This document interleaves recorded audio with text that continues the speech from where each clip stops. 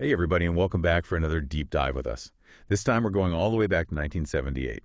November 18th, 1978, the Jonestown Massacre. Yeah. Over 900 people died, including over 300 children. It's a dark chapter in American history. And we're going to try to understand what happened. Yeah. And we're using an episode of the podcast American Scandal as our guide.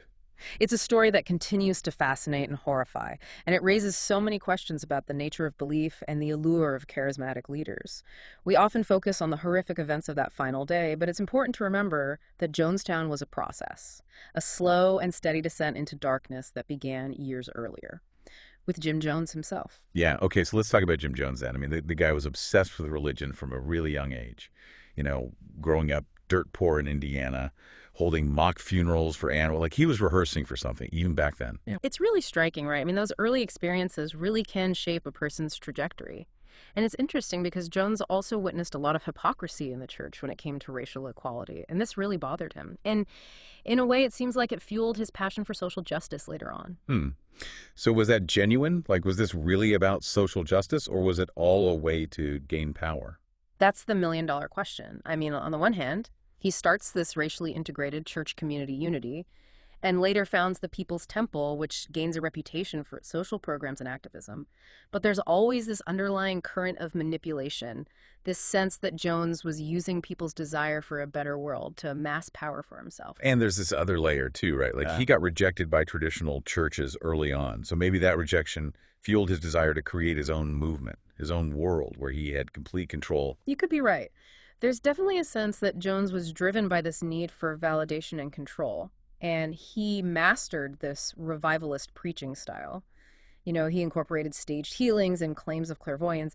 All of this really captivated people, especially in a time of social upheaval with the Cold War and the Civil Rights Movement. It's like he knew how to tap into people's anxieties and their yearning for something to believe in. Precisely. He offered this sense of belonging and certainty in a world that felt increasingly chaotic.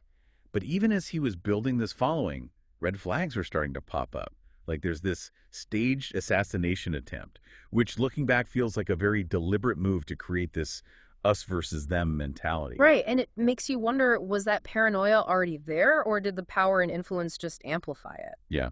Even his wife Marceline started expressing concerns at this point. And that's really significant. You see these cracks starting to appear in the facade, but still, people remain devoted to Jones.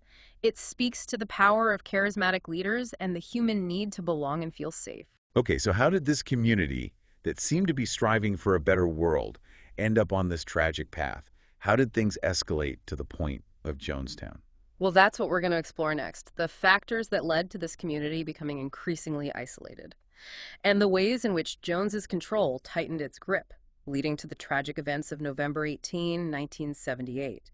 It's a community that starts to drift further and further away from the outside world, and Jones's grip on his followers tightens. Right, and then you have Congressman Leo Ryan entering the scene, like throwing a match onto a pile of dry leaves. What was he hoping to achieve by going to Jonestown? Well, Ryan had been hearing these disturbing rumors about Jonestown. You know, former Temple members speaking out, families worried sick. He felt this responsibility to investigate, to see for himself what was happening. He took a group of journalists with him and some concerned family members too, hoping to bring anyone back who wanted to leave. Wow, that must have felt like a direct threat to Jones. Like, this guy built this entire world where he had absolute power. Yeah. And now Ryan's visit is going to disrupt all of that? Absolutely. Jones did his best to control the situation, you know, tried to present this positive image to the delegation, but some Temple members saw it as their chance to escape. Oh, wow. They started slipping notes to the reporters, pleading for help. That must have been terrifying. Like a glimpse into the desperation that was simmering beneath the surface. It really is. It shows the level of oppression that existed within the community, that people were willing to risk so much to get out. And then comes that awful day at the airstrip. November 18th, 1978. Ryan and his group were about to leave, and Jones's guards opened fire.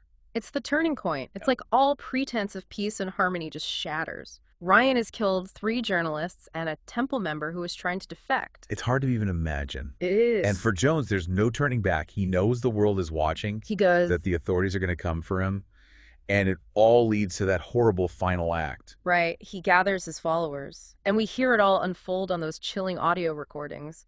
Jones's voice, so calm and deliberate, as he tells them to drink this cyanide-laced flavor. And he called it revolutionary suicide. Yeah, Yeah, but that's just a twisted justification for mass murder. Over 900 people, Over 900. including hundreds of children. It's hard to comprehend the level of fear and confusion and just utter despair of that moment. How could they follow him to that point? It's the question that haunts us, isn't it? How could so many people be led down this path of destruction? I mean, yeah, Jones was clearly a master manipulator, Oh, he was. but it feels like there's more to it than that. There is. It's this phenomenon called groupthink. When critical thinking is suspended, especially in isolated groups like this. With a charismatic leader like Jones, dissent becomes unthinkable. Wow. So they were trapped. In a way, Yes, he stripped them of their individuality. it took away their agency. It's both horrifying and heartbreaking. It is a tragedy on so many levels. And it really makes you think about how vulnerable we all are to manipulation, We are. especially when we're searching for meaning and purpose. Like, Jones exploited those basic human needs. He did, and twisted them to his own horrific ends. I mean, the world was just shocked by what happened at Jonestown. How could this happen in a community that supposedly championed social justice? It's complicated. I think there was genuine idealism there, at least in the beginning. But Jones's paranoia, his thirst for control, it just poisoned everything. Yeah, he became the very thing he claimed to be fighting against.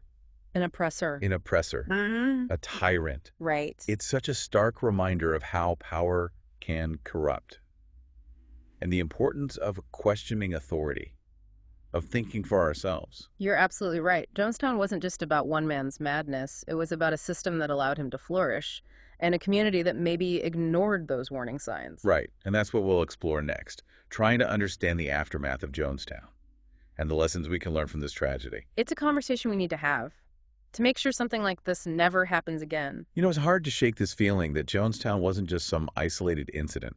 It feels like a warning, a glimpse into something dark about human nature. I get that. It's tempting to dismiss it as an anomaly, but there are some really profound lessons here. Like what? What are the takeaways we need to pay attention to? Well, one thing Jonestown highlights is the seductive nature of simple answers in a complex world. You know, Jones offered his followers this utopia, this solution to all their problems. He promised certainty, belonging, purpose. And in a world that often feels chaotic and uncertain, that kind of message can be incredibly alluring. Especially for those who feel like they've been marginalized or disillusioned. I mean, Jones attracted a lot of followers who were really passionate about social justice. Right. He tapped into their idealism. And use it to manipulate them. Exactly. And that brings us to another key takeaway, the importance of critical thinking. We need to be skeptical of anyone who claims to have all the answers, anyone who demonizes dissent, anyone who demands absolute loyalty. It's like those red flags we talked about, the isolation, the escalating demands, the silencing of critics. Right. Those are all signs of an unhealthy power dynamic. And that's not just limited to cults or extremist groups. No, it's not. These dynamics can play out in all sorts of contexts, workplaces, families, online communities. Absolutely. It's about recognizing when a leader, any leader, starts to prioritize their own power over the well-being of the group. So what can we do? How do we prevent something like Jonestown from happening again? It feels overwhelming. Well, it's a complex problem, but it's not insurmountable. I think education is key. We need to start teaching critical thinking skills from a young age, giving people the tools to evaluate information, to question authority, to recognize manipulation. So equipping people with the knowledge to spot those red flags Exactly. and to understand how groupthink works. Yeah. And it's also about creating a culture where people feel comfortable speaking up, where dissent is valued. Absolutely. Jonestown thrived on silencing opposition. We need to build communities that embrace diverse perspectives, that encourage open dialogue and debate. So in a way, it's about pushing back against that urge to seek easy answers, Right. to follow blindly. It's about individual responsibility. It is. We all have a role to play in preventing these kinds of tragedies. We can't just sit back and assume it won't happen again. So we need to be vigilant, to question, to speak out. Exactly. Well, this deep dive has definitely given me a lot to think about. It's a dark story, but an important one. I agree. It's a story we need to keep telling, to keep learning from. Jonestown is a stark reminder of what can happen when power goes unchecked. When critical thinking is abandoned, it's a tragedy that should motivate us all to be more aware, more engaged, and more committed to building a world where something like this never happens again. Thanks for joining us on this journey into the heart of Jonestown. It's been a tough conversation, but a necessary one. We hope it sparked some of your own reflections on leadership, on belief, and on the crucial importance of critical thinking in a world that's constantly trying to seduce us with easy answers.